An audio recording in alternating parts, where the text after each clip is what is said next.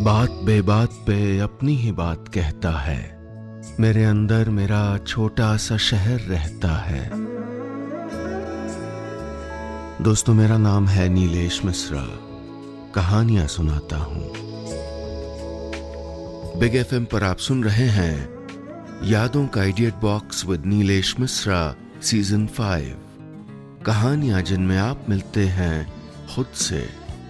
दोस्तों, मैं आपको सुनाने जा रहा हूं अपनी मंडली की सदस्य रश्मि कुलश्रेष्ठ की लिखी कहानी नाराज नहीं जिंदगी। पीली रोशनी में चटखीली साड़ियों के रंग और खिल रहे थे। दुकान में कांच के फ्रेम में लगी साड़ियां रंगीन लहरों सी लग रही थीं और उनमें जड़े छोटे छोटे नगों पर जब रोशनी पड़ती तो वो टिमटिमा उठते, जैसे मध्यम मध्यम मुस्कुरा रहे हों। मेरे हाथ एक साड़ी की जरी पर फिर रहे थे और निगाहें बाकियों को टटोल रही थीं। मैंने घड़ी पर निगाह डाली। 7 बज रहे थे, यानी पिछले पौन घंटे से मैं यहीं थी। भैया, वो ऊपर से तीसरी वाली साड़ी निकालना। हाँ, ये वाली। दुकान वाले लड़के से गोल्डन मेहरून कॉम्बिनेशन की साड़ी निकालने को कहकर मैं फिर उन्हीं साड़ियों के समंदर में डूबती के एक आवाज कानों में पड़ी। गुलाबी शिफॉन है क्या, प्लेन में? ये तो विमला आंटी की आवाज थी, भारी सी।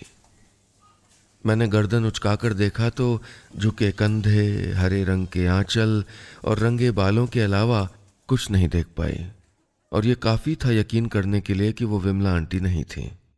जिंदगी में 2 तरह के लोग याद रह जाते हैं, जिनसे आपके संबंध अच्छे हों या फिर खराब। आंटी दूसरे किस्म के लोगों में थी। वो जिन्हें याद करने से कभी होठों के इर्द गिर्द चांद नहीं बनता था, कभी कोई याद मन मीठा नहीं करती थी।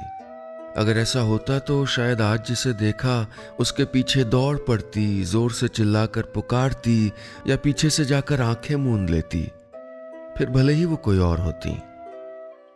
मैं घर चली आई। रास्ते में बर्गर खा लिया था तो भूख जैसा कुछ महसूस नहीं हो रहा था। मुंह हाथ धोकर मैं बिस्तर पर निढाल हो गई। पलकें बोझिल हो रही थीं। 6 साल पहले की वो शाम मुझे थपकी देने लगी थी। मन यादों की सीढ़ियां उतरकर शहर के उस मोहल्ले में पहुंच गया, जहां बड़े बड़े खुले घर थे, चौड़ी गलियां थीं और कॉलोनी के बीच में बड़ा सा पार्क। सामने गली में अखबार का विज्ञापन वाला पेज थामे मैं अपने लिए एक अदद ठिकाना ढूंढ रही थी। मकान number 223, new Shahganj, Agra. Classified पन्ने पर छपे पेइंग गेस्ट के विज्ञापन को पढ़कर मैं सामने 1 मंजिला मकान पर लगी नेम प्लेट से मिलाने लगी। वहीं गेट पर बैठी 4-5 जरा सी बुजुर्ग औरतें मुझे ही देख रही थीं। जी, पेपर में आपने ऐड दिया था? मैंने पूछा। हाँ, मैंने दिया है। लगभग सफ़ेद हो चुके बाल, ऑफ वाइट रंग की साड़ी और सूने सपाट माथे वाली आंटी ने कहा, क्या नाम है, कहाँ की रहने वाली हूँ, पेइंग गेस्ट बन के क्यों रहना चाहती हूँ, ये सब पूछने के बाद साड़ी की खोंट से चाबी खोलते हुए बोली, स्वाति, रूम बाद में देखना, पहले शर्तें सुन लो। लेट नाइट नहीं चलेगा, दोस्त वोस्त ना आए, और हाँ, टाइम पे किराया 5000। मुझे मंजूर है, मैंने हामी भर दी। पता नहीं उस रोज मैं किसे हामी भर कर आई थी। उस 16 बाय 18 के कमरे को, अजीबोगरीब शर्तों को, या आने वाले उन दिनों को जो मेरे लिए सबसे मुश्किल भरे साबित होने वाले थे। अगली दोपहर मैं आंटी के यहाँ थी, उनके ड्राइंग रूम में।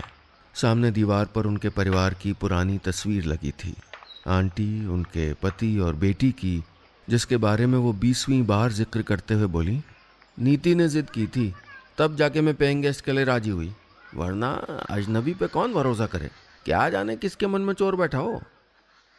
थोड़ा अजीब लगा मुझे। माना मैं अजनबी थी, पर मेरे मन में कोई चोर नहीं था। खैर, उनकी बातों को मैंने नजरअंदाज किया और चाबी लेकर कमरे में आ गई। आंटी भी बिजली के बिल, पानी की किल्लत के बारे में बोलती हुई पीछे पीछे चली आई और दरवाजे पर खड़ी हो गई। मैं कपड़े निकालकर अलमारी में लगाने लगी। मेरी साड़ियों को लालसा भरी नजरों से देखते हुए बोली, आर्मी में बताया ना तुमने अपने पति, कहाँ पर? जी, साल भर पहले पोस्टिंग गुलमर्ग में थी, फिर एक रोज़ मैंने कहा तो वो बीच में बोल पड़ी, मेरी नीति के लिए आया था रिश्ता, लड़का एयरफोर्स में था। मैंने मना कर दिया। अरे आर्मी वालों की पत्नियों की भी कोई लाइफ होती है क्या? उनके बात काटने के चक्कर में मैं फिर से उनको ये नहीं बता पाई कि मेरे पति देवेन अब नहीं थे। बॉर्डर पर हुई घुसपैठ को रोकते वक्त दुश्मनों की एक गोली उनके सीने में आ धंसी थी। वो बोलती जा रही थीं और मुझे उनकी बातों से चिढ़ होने लगी। ये आर्मी वालों और उनकी पत्नियों के बारे में कहने का हक किसने दिया उनको? हफ्ते भर में मैंने ये तो समझ लिया था कि पानी कब आता था, लाइट की कटौती कितनी होती थी, आस पड़ोस में कौन रहता था, वगैरह वगैरह। लेकिन आंटी अभी भी समझ से परे थीं। एक रात बेवक्त लाइट चली गई तो मैं उनसे मोमबत्ती मांगने चली गई। उनके यहाँ बैटरी लाइट जल रही थी। वो फ़ोन पर बातें कर रही थीं तो मैं दरवाजे पर खड़ी हो गई। निगाहें सामने ड्रेसिंग टेबल पर टिका दी, हैंगर में लगी रंगीन चूड़ियों पर, कोने में खोस कर रखे बिंदियों के पैकेट पर। वो 454 वाली लड़की को देखा है? फ़ोन रखते हुए उन्होंने पूछा तो मैंने हड़बड़ा कर नहीं में गर्दन हिला दी। पिछले महीने पति गुजरा और आज रंगीन साड़ी पहन के घूमने गई है। मैंने कहा, तो गलत क्या है? वैसे भी वो उसकी लाइफ है, जो चाहे। मेरी बात काटते हुए वो अकड़ के बोली, गलत नहीं है ये।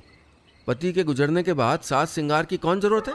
तुम बताओ, हमारे पति गुजरे तो हमने त्याग ना किए, तो आप भी पहनिए, रोका किसने? मैंने कहा और तेजी से अपने कमरे में चली आई। ये ताना, ये समाज का बोझ वो किसी और के सर मढ़ रही थी, लेकिन मुझे अच्छा नहीं लगा। मैं भी तो पहनती थी रंगीन कपड़े, तो क्या जब उन्हें मेरे बारे में पता चलेगा तो ऐसे ही कहेंगी? लोग पता नहीं क्यों कहते हैं कि जमाना बदल रहा है। मेरे हिसाब से तो जमाना अब भी वही था, सालों पीछे, औरतों पर बंदिश लगाता हुआ। अगली सुबह मेरी नींद दरवाजे पर खटखटाहट से टूटी। 8 बज रहे थे। रात भर अजीब सी बेचैनी सर पे सवार रही थी तो सर बड़ी तेजी से दुख रहा था। हथेली से सर दबाते हुए मैंने दरवाज़ा खोला। सामने आंटी की बेटी नीति थी। गुड मॉर्निंग, ऑफिस नहीं गई तुम? नीति की खुशनुमा मुस्कान देखकर थोड़ा अच्छा लगा। दरवाज़ा उड़काते हुए मैं बाहर आ गई। सर दर्द हो रहा था, बॉस को टेक्स्ट कर दिया छुट्टी के लिए, मैंने कहा। गुड, आओ चाय पीते। वो मुझे अपने साथ डाइनिंग टेबल पर ले आई। मैं वहाँ बैठी थी कि निगाहें सामने रसोई में काम करती आंटी पर ठहर गईं, खासकर उनकी एक कंगन वाली लगभग सूनी कलाई पर। आज उनकी त्योरियां चढ़ी हुई थीं, नाक हल्के हल्के फूल रही थी, कुछ बुदबुदा भी रही थी शायद। ज्यादा चिड़चिड़ी हो गई ना माँ? नीति बोली। मैं मुस्कुरा दी। क्या इसने आंटी को नोटिस करती हुई मेरी निगाहें पकड़ ली थी, या फिर हो सकता है कि आंटी ने इसको कल वाली बात बता दी हो? ये सोचते हुए मैंने कनखियों से नीति को देखा। कितनी शांत, बैलेंस्ड लड़की थी। जरूर अपने पापा पर गई होगी आदतों से। आंटी जैसी होती तो शायद। तभी आंटी 2 कप चाय और नाश्ता लाकर रख गई। नीति उन्हें पुकारती रह गई, माँ यहाँ के बैठो ना, पर उन्होंने नज़रअंदाज कर दिया, शायद मेरी वजह से। वैसे तो आंटी के व्यवहार में कभी मिठास नहीं देखी थी मैंने, पर उस रोज के बाद उनका रवैया मेरे लिए और अजीब हो गया था, बल्कि उनकी पूरी महिला मंडली का। पक्का जब उन्होंने मेरे उस रोज वाले जवाब के बारे में उन लोगों को बताया होगा तो सुपारी वाली आंटी ने मुंह पे हाथ रखकर हे भगवान कहा होगा, और मस्से वाली आंटी ने हाय आग लगे जमाने को ऐसे जुमले कहे होंगे। मुझे फर्क नहीं पड़ता था। अपनी जिंदगी में कितनों की बातें सुनी थी, सबने कितना कुछ कहा था। अपनों ने मुंह पर और परायों ने पीठ पीछे। दिल दुखता था, लेकिन धीरे धीरे वो तकलीफ महसूस होनी बंद हो गई, जैसे कान और दिल दोनों सुन्न हो गए हों। वो तो यहाँ पर किसी को मालूम नहीं था, वरना ये लोग मुझको बख्शते थोड़े। अस्थाई सही, थोड़ी निश्चिंत थी मैं, लेकिन सुकून किसी की जिंदगी में ज्यादा देर तक कहाँ ठहरता है। वो तो मौका ढूंढता है किसी शरारती बच्चे की तरह कि कब आंख बचे और वो भाग निकले। एक सुबह जल्दबाजी में ऑफिस निकलना, हड़बड़ी में कमरे की लाइट, पंखा, दरवाजा सब खुला भूल कर चले आई। ये भूल मेरी जिंदगी की सबसे बड़ी लापरवाहियों में से एक थी। दिन भर मेरा मन वहीं कमरे के लाइट, पंखे और खुले दरवाजे पर लगा था। शाम को जब घर पहुंची तो आंटी की मंडली जमी बैठी थी, रोज जैसे। सुपारी वाली आंटी गोल गोल मुंह घुमाते हुए सुपारी चबा रही थीं, लेकिन निगाहें मुझ पर ठहरी हुई थीं, मेरे सर के ठीक ऊपर या फिर ठीक नीचे, शायद मेरी सूनी मांग पर। मैं नजरें फेरते हुए उनके बगल वाली जरा सी जगह में से किसी तरह निकली ही थी कि कानों में आवाज पड़ी, आजकल लड़कियां भी ना, मतलब सजना संवरना ना छूटे तो बात छुपा जाओ। मेरे कदम ठिठके। आवाज किसकी थी ये मैं समझ नहीं पाई, पर यह कमेंट मेरे लिए था। मैंने पर्स सीने से दबाया और सीधे कमरे में चली आई। दरवाजा अब भी खुला था, लेकिन लाइट और पंखा बंद। मैंने गुस्से में कमरे के चारों बल्ब जला दिए, पंखा फुल स्पीड पे चला दिया और खुद को शांत करने के लिए गटागट पूरा एक जग पानी पी गई। जितना पानी गले से उतर रहा था उतना ही आंखें बहा रही थीं। निगाहें देवेन की माला चढ़ी तस्वीर पर थीं। वो मुस्कुरा रहा था, जैसे कह रहा हो, डोंट वरी स्वाति, सब ठीक है। इसने देखा होगा ना विमला आंटी को आते हुए। वो कमरे का लाइट पंखा बंद करने आई होंगी। स्विच बोर्ड के बगल में लगी देवेन की तस्वीर पर उनकी निगाह बाय चांस चली गई होगी। तस्वीर पर लगी माला देखकर वो पक्का समझ गई होंगी कि मैं भी उनकी तरह वो लफ्ज जिसे कहने से मेरा मन कतरा रहा था उसे जी नहीं सकती थी। मैंने कभी खुद को तसव्वुर भी नहीं किया था इन फीके रंगों में, इस बेस्वाद जिंदगी में। शाम से रात होती गई। जाने कितनी देर मैं यूं ही बिस्तर पर पड़ी रोशनदान से छन कर आती बल्ब की रोशनी देखती रही। थोड़ी देर बाद बाहर से किसी खटर पटर की आवाज आने लगी। शायद आंटी भीतर आ चुकी थी। मैं झटके से उठी और सीधे उनके सामने जाकर खड़ी हो गई। आप मेरे कमरे में आई थी? मैंने पूछा। वो मेरी बांधनी साड़ी को निहारते हुए बोली, हाँ। लाइट पंखा चलता छोड़ गई थी तुम, देखा तो बंद करने चली आई। कुछ गलत कर दिया क्या? जवाब के इंतजार में उनकी पैनी नजरें मुझ पर थीं, जैसे कहना चाह रही हो कि मुझे सब पता है, तुम भी मेरी जैसी हो ना, तो फिर क्यों ये रंग रोगन किया हुआ है खुद पे? सादा जिंदगी गले नहीं उतरती क्या तुम्हारे? मैंने सीधे उनकी आंखों में देखते हुए कहा, गलत किया तो नहीं, पर गलत कहिएगा मत। वो मुस्कुरा दी। नहीं, तिरछी मुस्कान के साथ हल्का सा हंस दी, जैसे किसी झूठे इंसान पर हंसते हैं। झूठी नहीं थी मैं। देवेन का जिक्र करते समय हमेशा था का इस्तेमाल किया था मैंने। काश की आंटी की बातों को काट कर उनसे कहती कि देवेन नहीं रहे, अब सिर्फ मैं हूं, अकेले, और जिंदगी जी रही हूं जैसे शादी के पहले जीती थी, जैसे देवेन के साथ जीती थी। रात भर बिस्तर के कोने में बैठी मैं देवेन की तस्वीर देखती रही, सोचती रही कि क्यों आ रहा है ये सवाल हम जैसी औरतों के सामने। हमारे सजने, संवरने, खुश रहने, यहां तक कि जिंदगी जीने पर भी क्यों अंकुश लगा दिया जाता है? अगले कुछ दिन मन और मैं दोनों खामोश रहे, जैसे जिरह करते करते थक गए हों, जबान दर्द देने लगी हो। लेकिन आंटी नहीं थकी थी और न ही उनकी सहेलियां। वो कोई 3 रोज बाद की बात थी। बाहर बारिश हो रही थी तो आंटियां बारामदे में जमी थीं। मैं आंगन में खड़ी गिरती बूंदों को हथेली में भरने लगी। आकाश से गिरती इन बूंदों को छूकर लगता था जैसे देवेन इनमें कहीं शामिल होगा। वो भी तो एक आसमां के पार रहता था ना। मैंने मुट्ठी भर पानी यूं ही हवा में उछाला, तभी कानों में एक तंज चुभा, आंटी का। बचपना तो देखो, बच्चे भी फेल हैं, मतलब हद है, उन्होंने कहा तो बाकी हंस पड़ी। मैंने दोबारा मुट्ठी में पानी भरा और उन पर उछाला। तमीज नहीं है तुम्हें? ये लड़कपन अच्छा लगता है क्या? साड़ी से बूंदे झाड़ते हुए वो गुस्से में बोली, हाँ मुझे तो अच्छा लगता है, ये लड़कपन, ये जिंदा दिली, और आप जैसे लोगों के लिए खुद को बदल दूं क्या? कहकर मैं कमरे में आई और दरवाजा बंद कर दिया। तभी किसी ने धक्का मारा और दरवाजा खुल गया। सामने आंटी खड़ी थी, आंखों में लाल डोरे और आंसू लिए। बोली, आप जैसे से मतलब क्या है तुम्हारा? तुम नहीं हो क्या हम जैसी? साड़ी का सफेद पल्लू दिखाते हुए वो बोली, जान लो ये सच तुम्हारा भी है। आंटी बोले जा रही थी। मेरी आंखें, मन, दिमाग सब एक साथ भर आया। थरथराती आवाज के साथ मैं लगभग चिल्लाई, मैं अपने अकॉर्डिंग जिंदगी जीती हूं, ये सच है मेरा। और आपका कि आप जिंदगी को ढो रही हैं, इस सो कॉल्ड कफन अपने सबसे कड़वे शब्दों को मैंने रोका। आंटी रो रही थीं। कभी आंसू गुस्से के होते, कभी दुख के। मैंने उसी रात सामान पैक किया और वो कमरा और आंटी को छोड़कर चली आई। आज 6 साल पुरानी यादों से लौटने के बाद जाने क्यों मन पसीज आया। वक्त चीजों को नए नजरिए से सोचना सिखा देता है। तभी किसी सख्त जान का रोना दिल में एक कंपन पैदा कर गया।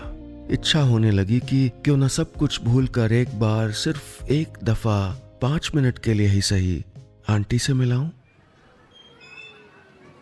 पुरानी गलियों में आना बीती जिंदगी को फिर से जीने जैसा होता है। अगले रोज मैं फिर से उसी मोहल्ले में थी। कितनी बदल गई थी ये जगह। मकान थोड़े और ऊंचे हो गए थे और गलियां थोड़ी और संकरी। चलते हुए मेरी निगाह बैल्कनी में खड़ी सुपारी वाली आंटी पर पड़ी। पोपले गालों पर मुस्कान सजाकर उन्होंने मुझे आशीष दिया तो मेरा मन पता नहीं क्यों पिघल आया। आंटी के घर की घंटी बजाते वक्त भी अजीब सा महसूस हो रहा था। कौन है? भीतर से नीति की आवाज आई। मैं, स्वाति। हिचक थी मेरी आवाज में। थोड़ी देर बाद दरवाजा खुला। स्वाति, माय गॉड, कितने दिन बाद देख रही हूं। आओ अंदर आओ, कहते हुए वो मेरा हाथ पकड़कर भीतर खींच लाई। ये प्यार, ये गर्मजोशी, इसको तो मुझे झिड़कना चाहिए था, लड़कर दरवाजे से लौटा देना चाहिए था। आखिर मैंने दिल दुखाया था इसकी माँ का। अच्छा हुआ तुम आ गई, मैं तुमसे मिलना चाहती थी, उसने पानी का ग्लास पकड़ाते हुए कहा। मुझसे? लेकिन क्यों? मैंने पूछा। ऐसे ही। दीवार पर लगी आंटी अंकल की तस्वीर निहारते हुए 2 मिनट रुक कर वो बोली, उस रोज माँ ने सब कुछ बताया था। मैं समझ नहीं पाई कि उनको सही कहूँ या तुमको गलत। जानती हो, मैं 10 साल की थी जब पापा गुजरे। मैंने देखा था माँ की चूड़ियों का उतरना, माथे का सूना होना, और जब माँ की साड़ियाँ बुआओं को दी जा रही थी तो उन्होंने अपनी पसंदीदा साड़ी छुपा दी थी। मैंने पूछा क्यों किया, तो वो नाराज हो गई पहली दफा। फिर वो सैल, चिड़चिड़ी, जिद्दी होती चली गई। मुझे भी याद आया आंटी के भीतर का वो जिद्दी बच्चा जो अपनी पसंद की चीजें ना पाकर उखड़ा रहता था, ललचाई नजरों से देखता था। होता है ऐसा, जो तकलीफ में होते हैं वो चिड़चिड़े हो ही जाते हैं, आंटी की तरह। माँ के बर्ताव के लिए सॉरी स्वाति, उसने कहा तो मैंने उसका हाथ पकड़ लिया। माफी तो मुझे मांगनी चाहिए थी। एक औरत के मन को ना समझ पाने की गलती तो मेरी भी थी। एक दफा प्यार से मैं भी तो पूछ सकती थी आंटी से, क्यों हैं आप ऐसी? तभी डोरबेल बजी। नीति दरवाजा खोलने चली गई। मैं उठकर सामने आंटी अंकल की तस्वीर देखने लगी। धानी साड़ी पहने, माथे पर बिंदी लगाए, आंखों में मोटा काजल भी। उसे देखते हुए मुझे उनकी वो गुंजली साड़ी और सफेद बालों वाली झलक याद आ गई। स्वाति, अपना नाम सुनकर मैं पलटी और निगाह आंटी पर ठहर गई। कितनी बदल गई थीं। रंगे बाल, कत्थई बॉर्डर वाली साड़ी, मैचिंग बिंदी और गले में किसी एनजीओ का आई कार्ड लटका था। अच्छी लग रही हैं आंटी, मैंने कहा तो वो हंसती। मैं भी मुस्कुराई, फिर रो पड़ी। बस हमने ही उसे खुश होने के मौके नहीं दिए थे। मैंने आंटी के कंधों पर अपनी ठोड़ी टिकाई और हमारे इर्द गिर्द फिरती उस खुशनुमा जिंदगी को देखने लगी जो कभी भी नाराज नहीं हुई थी हमसे।